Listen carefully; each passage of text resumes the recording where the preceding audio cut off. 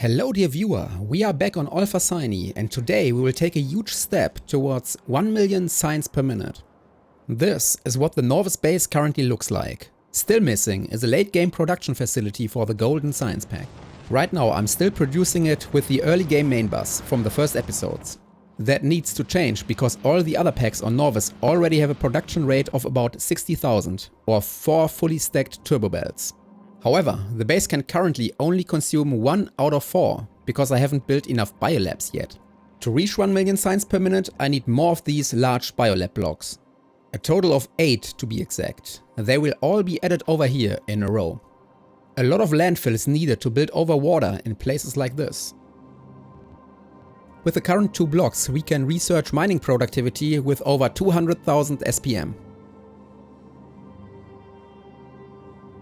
The science packs from the other planets are taken out of the cargo landing pad with inserters. Research productivity is currently at level 51, which, along with productivity modules, provides plus 610% extra research. Mining productivity surpassed level 500. Other technologies have also reached very high values. Upgrades now cost tens of millions. Let's take a quick look at Gleba, because the first legendary artillery turrets are now arriving there. These have a significantly higher range because the spore cloud has now reached the first pentapod nests. It is certainly time to strike back.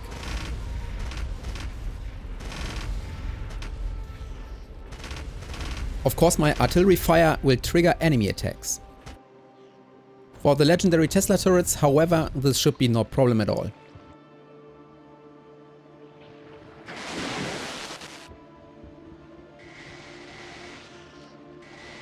Back on Norvis, the next biolab block is now almost finished. Let's test if it works as expected.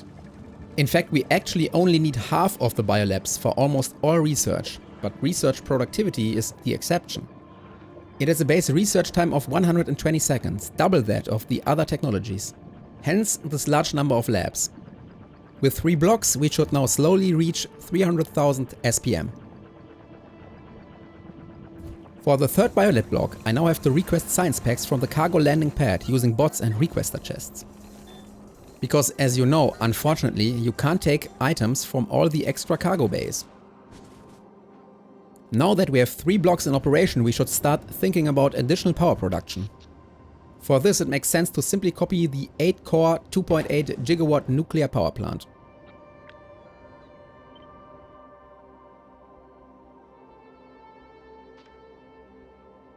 Including the block of turbines, consuming the outgoing steam. Of course, everything is of legendary quality, otherwise it wouldn't be 2.8 gigawatts. I don't have to worry about the production of the reactor fuel, because it was already completely oversized before. Presumably, I could build 10 of these power plants, and it would still be more than enough. We now have a total of nearly 8 gigawatts available. Before I start on the golden science pack, I will build 2 more biolab blocks. That would theoretically be a research rate of 500,000 signs per minute. With 500,000 SPM I can then increase mining productivity to even higher levels, effectively pushing the available resources on Norvis to infinity. In the first episode, some viewers asked on which planet I want to produce the science packs in the very late game. Volcanus is, I think, very popular in the community for producing the purple science packs, because copper, iron and stone are truly available in infinite quantities on Volcanus. But I thought, why make it so complicated? With massive mining productivity, this also applies to Norvis. Now that the 5 blocks are finished and connected, we can actually see rates beyond 500,000. And yes, for mining productivity, we can also maintain the 500k permanently. At this point, I had the idea to further expand solar energy. I think, however, that I will mainly stick with nuclear power and fusion, even though solar is considered more UPS friendly. Maybe I'll have to reconsider this decision later, we'll see. In the meantime, a 6th biolab block is already in progress. Although this is a default world, the attacks are now quite serious. In the past, I would have probably built flamethrowers, but with Space Age, Tesla turrets are more than enough. A look at the map view and the air pollution reveals that we are messing this place up, causing bad vibes among the natives. I would kind of wish that at this point more defensive structures were necessary. Maybe a small nerf for the Tesla turret damage upgrades?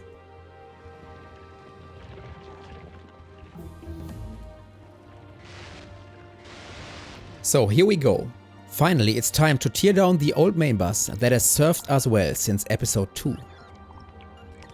Let's start here at the foundries and work our way to the right. Tearing things down and then building new and better systems is my favorite activity in Factorio. However, the bots will have a lot to do here. There are extremely many items on the stacked belts. Therefore, I also collect quite a bit by hand to speed things up.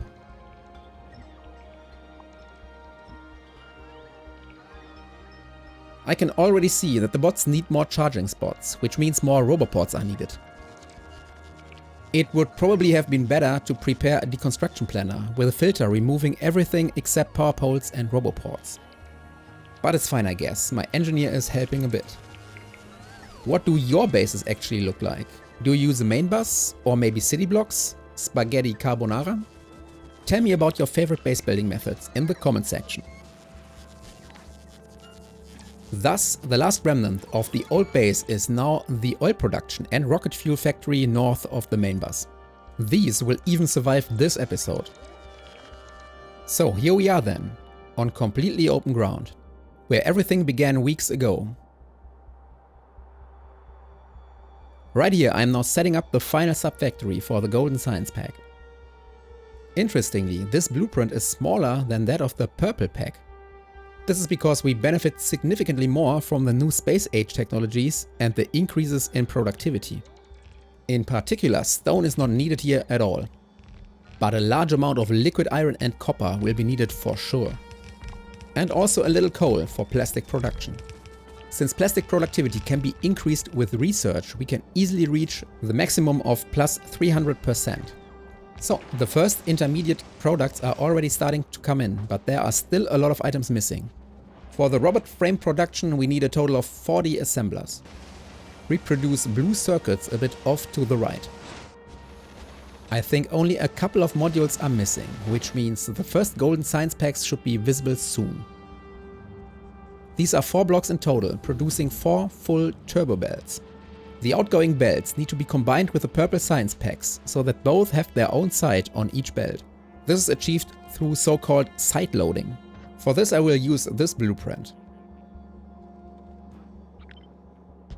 The resulting 4 mixed belts then lead north to the 4 biolab blocks. I'll spare you the trouble of connecting all the belts, it's quite a mess.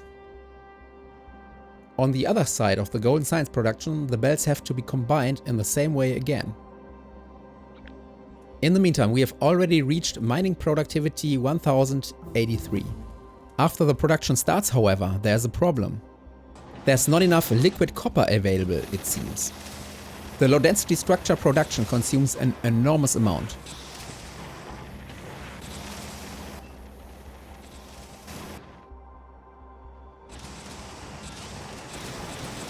Currently, we are still smelting copper from this tiny early game patch. It's probably time to exploit this new 5 million deposit over here. At first I simply copied the iron production design, but since we are building a megabase, it might not be a bad idea to think about some UPS optimization. Instead of iron ore belts I will use direct insertion. The old copper smelter can be discarded, it has served its purpose for hundreds of hours. For the small copper deposit I am now also using direct insertion.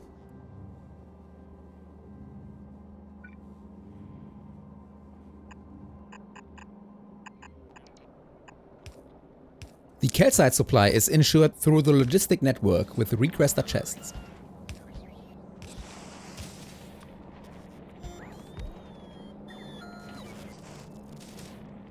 Then suddenly it happened. A brownout, which means a partial power outage of the base. As you can see here, the output of the nuclear reactors has massively dropped. How is this possible? It turns out that there was no reactor fuel left. Due to the dismantling of the old main bus, there was no longer a logistic chest collecting iron, and nuclear fuel cells require iron for production. Oops. I will collect it now from the military science sub-factory. Since we are already here, we can go ahead and build another power plant. To make room for it, I had to move the perimeter defense a bit further down.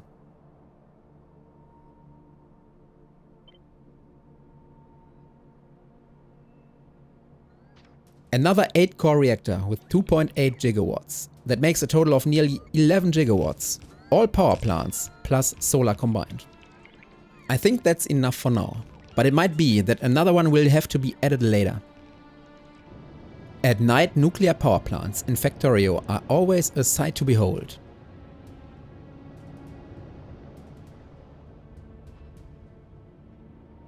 Fusion reactors as well.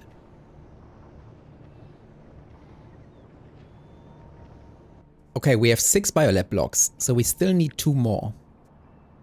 These will go here on the left side. I calculated with research productivity level 67 we should be able to reach about 1 million science per minute. However, that requires a few 100 million research to be done.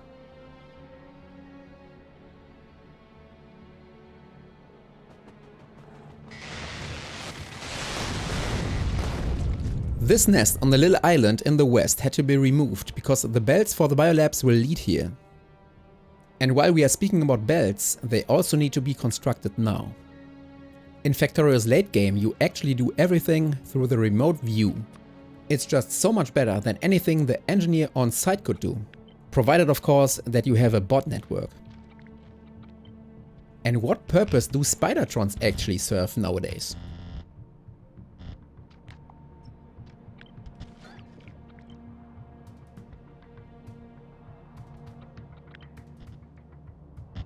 Any moment now we will be feeding the new biolabs with science packs. I'm curious about what research rate we can achieve. For the moment they only get the Norvis science packs. The ones from the other planets aren't produced in sufficient quantity yet. By the way, the once beautifully blue sea now resembles a cesspool.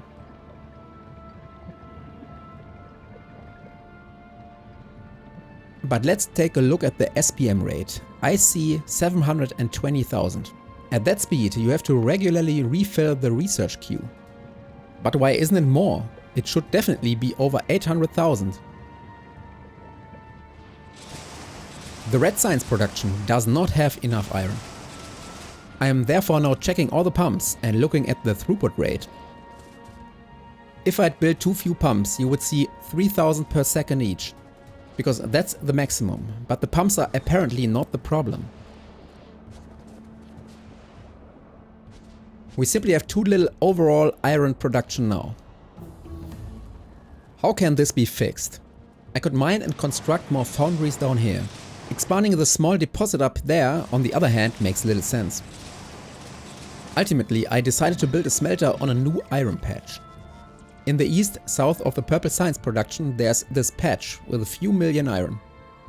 After copying and pasting from the copper production, the crafting recipe still needs to be changed. In addition, we need a belt full of calcite. With this expansion, the iron supply should be secured for now. It wasn't even necessary to build additional pumps, no pipe overextension. I see a few biter attacks coming in right now. It's always impressive how casually the Tesla turrets fend off every attack.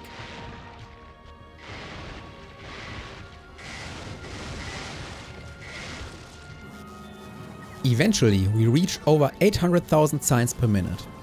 850,000 to be exact. Now it gets uncomfortable, because the 8 biolab blocks also need to be supplied with science packs from the other planets. At this point, this can only be achieved with bots. First, everything here needs to be torn down. I came up with a design where the requester chests are as close as possible to the cargo landing pad to minimize the bot's travel distance. At the same time, the path to the roboports must also be short. Wait for it. This is it. I'm trying to use as many inserters as possible, and hopefully bots will take care of the rest. Improving the speed of the bots will definitely be another area of research that I should prioritize. However, the really unpleasant part is connecting the belts with the biolab blocks. Here on the right side it's still somewhat manageable, but on the left the finest pasta Napoli has been formed. Well, the topic of biolabs and belt routing is now concluded, and we come to the last but certainly most important task for today. The Cassiopeia Prometheum spaceship. After the last video, a few viewers were slightly triggered because of the Prometheum stacking mod. Alright then, let's fly to Vulcanus and rebuild it. Let's turn the ship into a giant block with belt weaving to store 500,000 Prometheum without using a mod. To do this, I need to remove a few elements in the upper area and around the central hub, and then copy the blueprint over it.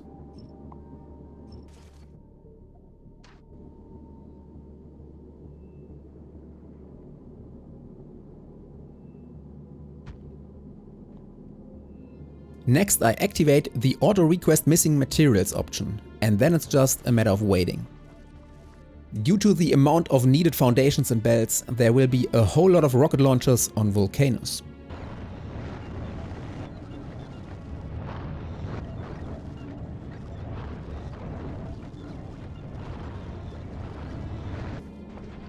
To speed things up a bit, I set up a few extra assemblers for the Space Platform Foundation production. In the hub, there are now tons of ammunition, and to get rid of them all, I just throw them overboard. I hope no one will complain about all this new space junk in orbit.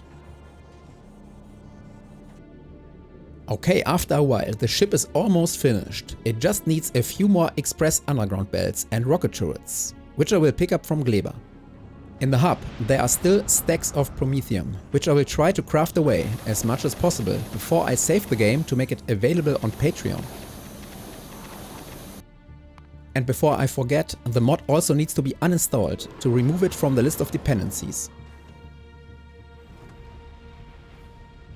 The other mods do not change the game and do not need to be installed to load the save.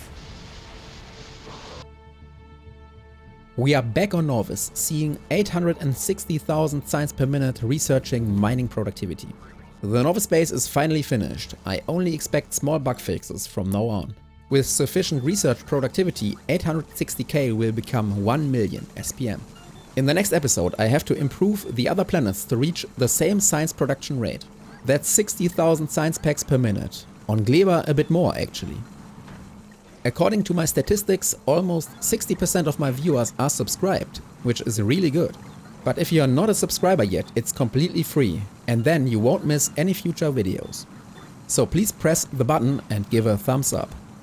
Thanks for watching, bye.